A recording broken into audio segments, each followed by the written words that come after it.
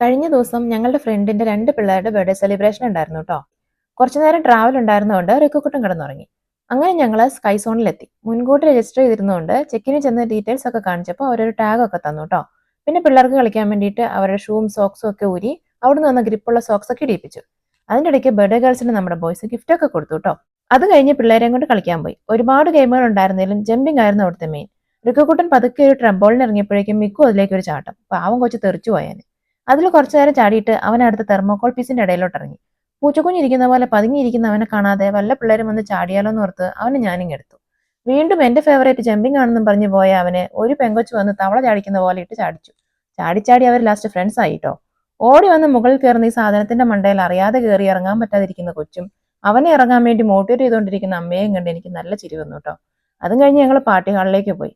അവിടെ കുട്ടികൾക്ക് pizza party ഉണ്ടായിരുന്നു. പിന്നെ ഞങ്ങൾ ഫുഡൊക്കെ കഴിച്ച് കേക്കൊക്കെ കട്ട് ചെയ്ത് തിരിച്ചു പോന്നു.